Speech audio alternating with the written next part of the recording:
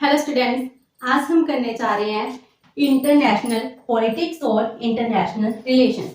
हम इन दोनों को एक ही टर्म यूज करते हैं, इंटरनेशनल पॉलिटिक्स और इंटरनेशनल रिलेशन।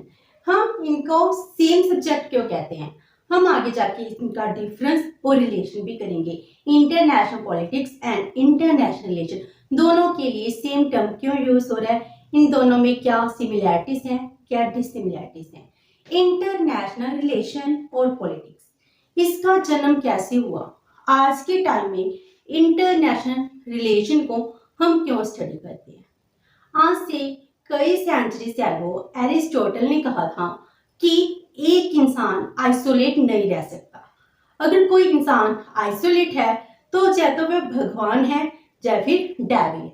तो इसका मीनिंग क्या हुआ कि कोई आम इंसान जो सोसाइटी में रहना चाहता है, उसकी सोशल नीड्स हैं, वो आइसोलेट नहीं रह सकता, क्योंकि उसकी बेयर नेसेसिटीज हैं। वो नेसेसिटीज कहाँ पूरी होती हैं? एक समाज में पूरी होती हैं।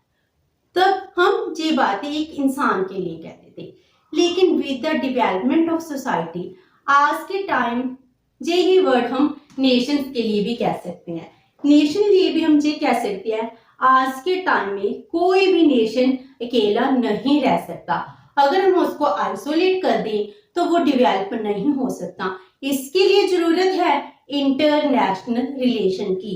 इंटरनेशनल मीन्स अपनी स्टेट के अलावा दूसरे स्टेट के साथ भी रिलेशंस को मेंटेन करने की, जिसको हम टर्म देते हैं इंटरनेशनल रिलेशंस।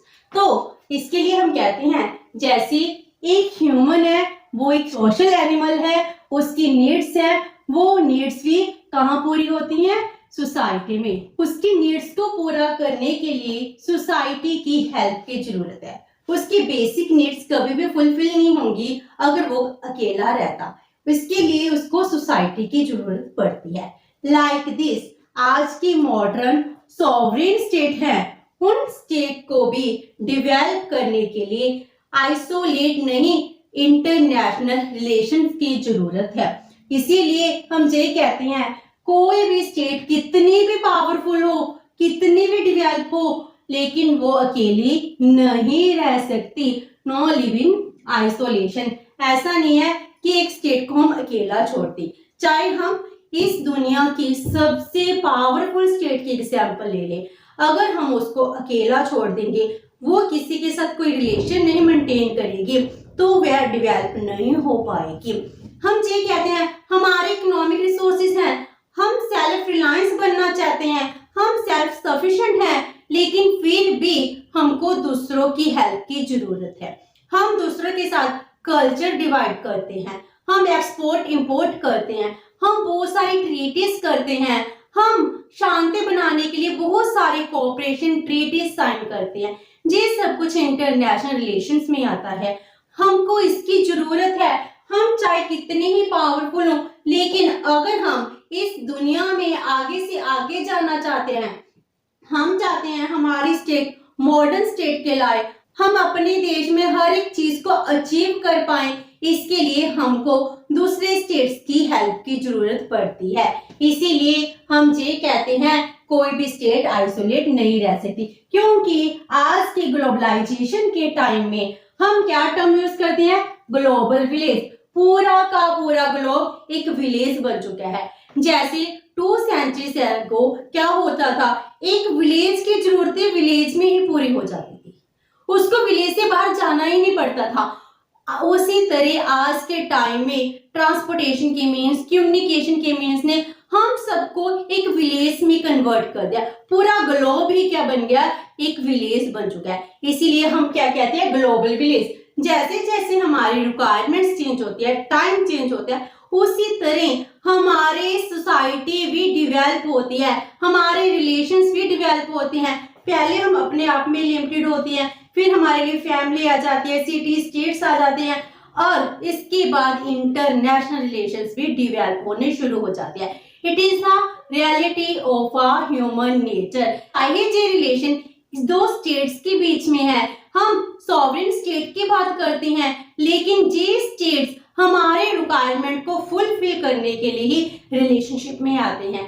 इसीलिए आज के टाइम में हम कहते हैं ग्लोबल विलेज, पूरा का पूरा ग्लोब एक विलेज की तरह बन चुका है। हमें लगता नहीं है कि और सॉवरेन स्टेट है वो हमसे बहुत दूर है। तो ट्रांसपोर्टेशन की मीन ने हम सबको एक विलेज में बांध कर रख दिया।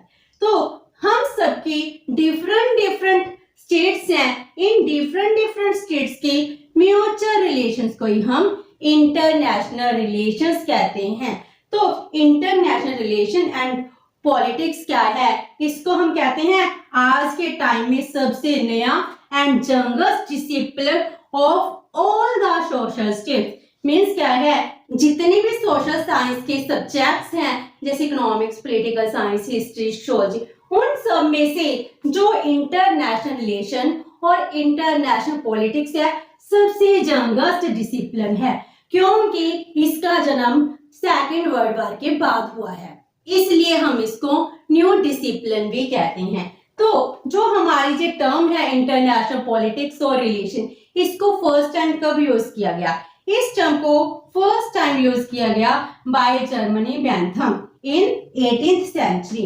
18th सेंचुरी में उन्होंने इस टर्म को यूज किया इंटरनेशनल। तो फर्स्ट वर्ड इंटरनेशनल कब यूज किया गया? जर्मनी बेंथम के द्वारा, for the relation between the nation states. लेकिन इंटरनेशनल पर बहुत ज्यादा स्टडी नहीं हुई, ज्यादा डेवलप नहीं हुआ। आफ्टर दैट 20th सेंचुरी में एक इसकी फर्स्ट चेयर होती है इन 1919 में। कहां पर? Woodrow Wilson chair. Woodrow Wilson chair in the university of Wales. किसके ऊपर? On the international relations. International relations पर हमारी फर्स्ट चेयर होती है, फर्स्ट मीटिंग होती है, जिसमें हम डिस्कस करते हैं कि इंटरनेशनल रिलेशंस होते क्या है, हमको कैसे इनको डिफाइन करना चाहिए, इनको कैसे डेवलप करना चाहिए।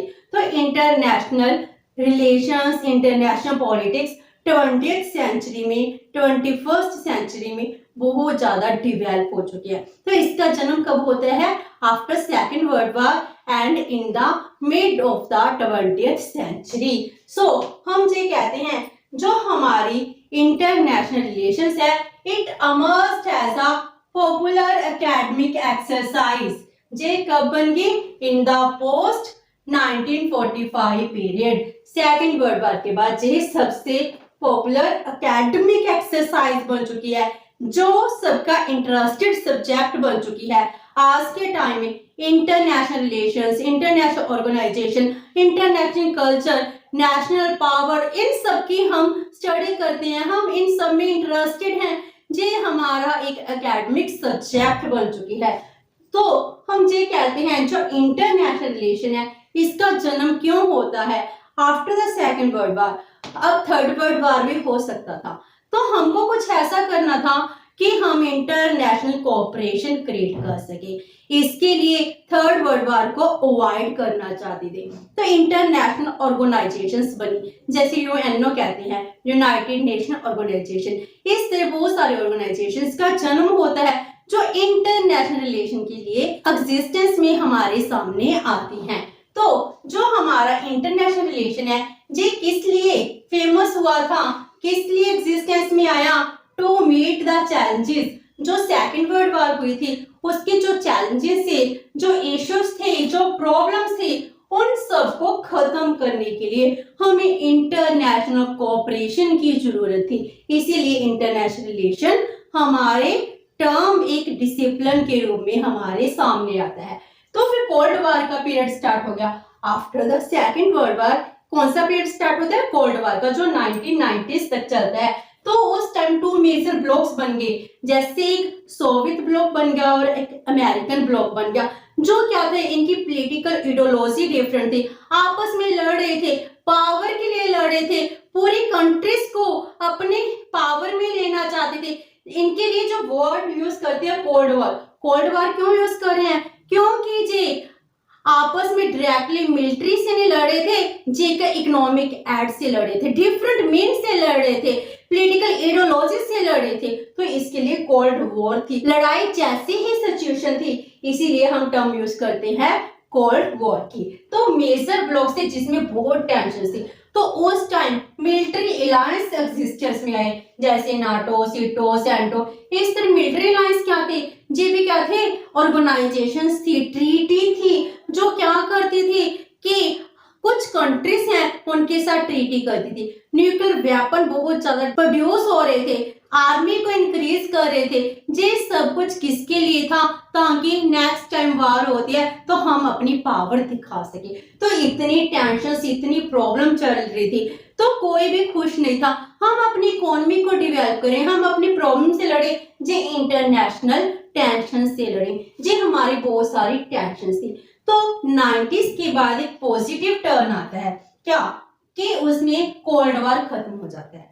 90s में जब कोल्ड वॉर खत्म होता है, उसके बाद ग्लोबलाइजेशन में, इंटरनेशनल रिलेशन में, पॉलिटिक्स में एक पॉजिटिव टर्न था, जिसने हम कहते हैं कोल्ड वॉर के खत्म होने से क्लोज रिलेशनशिप डेवलप होते हैं, किसमें, यूनाइटेड स्टेट एंड चाइना में। फिर उसके बाद यूनिफिकेशन होती है ईस्टर्न एंड वेस्टर्न जर्मनी की, जो जे कुछ था पॉजिटिव टर्न था।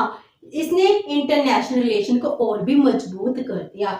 तो हम ये कहते हैं इंटरनेशनल रिलेशन जो एग्जिस्टेंस में आता है, इसलिए आता है क्योंकि हमारी प्रॉब्लम से, कन्फ्लिक्ट से इसको कोऑपरेशन में कन्वर्ट करना था। लेकिन ये ऐसा नहीं है जी स्टैटिक सब्जेक्ट है, ये डायनामिक सब्जेक्ट है। आज के टाइम में कितने ज्यादा प्रॉब्लम्स हैं, इन इश्यूज को टैकल कौन करेगा, इंटरनेशनल पॉलिटिक्स करती है। हमारी इंटरनेशनल ऑर्गेनाइजेशंस हैं, इंटरनेशनल ट्रीटीज है, हम इन सब के साथ डील करते हैं। जैसे कोविड-19 था, अब जी कौन सा इशू था, एक नेशन का इशू नहीं, जो इंटरनेशनल इशू बन चुका। तो जी सब कुछ इंटरनेशनल पॉलिटिक्स के अंडर ही स्टडी किया जाता है। जैसे बहुत इशू हैं, international terrorism, violation of human rights, nuclear proliferation, environment protection, negative impact of globalisation. तो अब के टाइम में ऐसे टर्न आने शुरू हो गए, जब हम कहते हैं टेररिज्म फैल रहा है, ह्यूमन राइट्स हैं वो वायलेट हो रहे हैं, हम न्यूक्लियर वेपन को प्रमोट कर रहे हैं। इन सबको हमको कम करना होगा, कोऑपरेशन को इंक्रीज करना होगा। ग्लोबलाइजेशन जो 1991 में हमने ग्लोबलाइजेशन की पॉलिसी को अडॉप्ट की थी। ग्लोबलाइजेशन में हम कहते हैं हम सब फ्री ट्रेड करेंगे, बहुत ज्यादा ट्रेड प्रमोट करेंगे, हम अपने culture, economic trade, economic resources, economic aid, foreign investment से अपनी इकोनॉमी को डेवलप करेंगे। लेकिन आज के टाइम में इसके नेगेटिव इम्पैक्ट भी स्टार्ट हो चुके हैं।